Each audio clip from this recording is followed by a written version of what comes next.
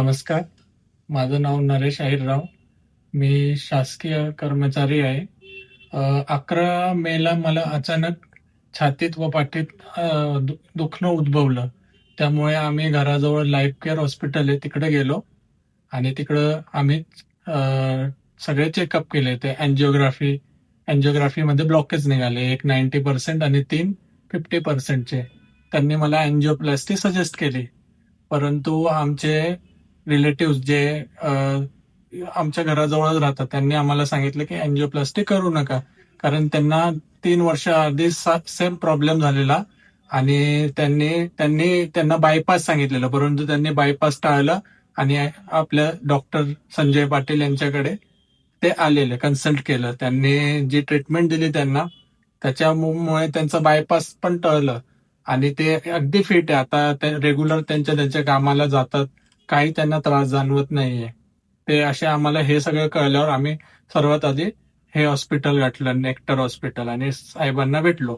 सरांनी मला सांगितलं की अशी अशी ट्रीटमेंट आहे, त्याच्यामध्ये तुम्हाला योगा असतो, नियमित योगा असतो, आयुर्वेद असतं, पंचकर्म, पूर्ण बॉडी शुद्धीकरण होतं, ईसीपी असतं, त्याच्यामुळे आपल्या पंपिंग रेशो वाढतो. हे 35 दिवस 2 ठिकाणी होतं. 15 दिवस मी इथं होतो नेक्टरला आणि 20 दिवस हार्ट संजीवनीला होतो. हार्ट संजीवनीचं वातावरण तर अगदी म्हणजे आपण एखाद्या स्वर्गातच आलोय असं आहे.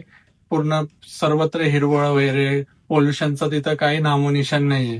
तिथं 20 दिवस राहिल्यानंतर मला एवढं बरं वाटलं की तिथं एका परिवारासारखे राहतात सगळे, स्टाफ, डॉक्टर्स, तिकडचे पेशंट, सर्व म्हणजे मन मिळवून अगदी घरासारखं तिथलं वातावरण होतं.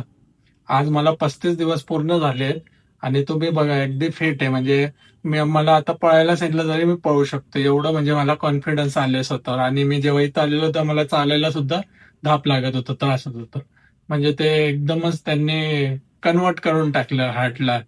एकदम स्ट्रॉंग वाटतंय मला आता आणि अनुभव माझा खूपच छान होता. सर खरंच म्हणजे बिना ऑपरेशनचं तुम्हाला अगदी फिट करून दाखवतं. आणि हे मला आधी वाटलं होतं की कसं शक्य आहे, कारण मला प्रत्येक जण हेच सांगत होते की अँजिओप्लास्टी केली नाही तर तुम्हाला बरंच वाटणार नाही, पण ते सगळं खोटं निघालं आणि आता मी अगदी फिट आहे. मी 100% सांगतो की तुम्ही जर काही असेल त्रास तर पहिले साहेबांना भेटा, अँजिओप्लास्टी करू नका.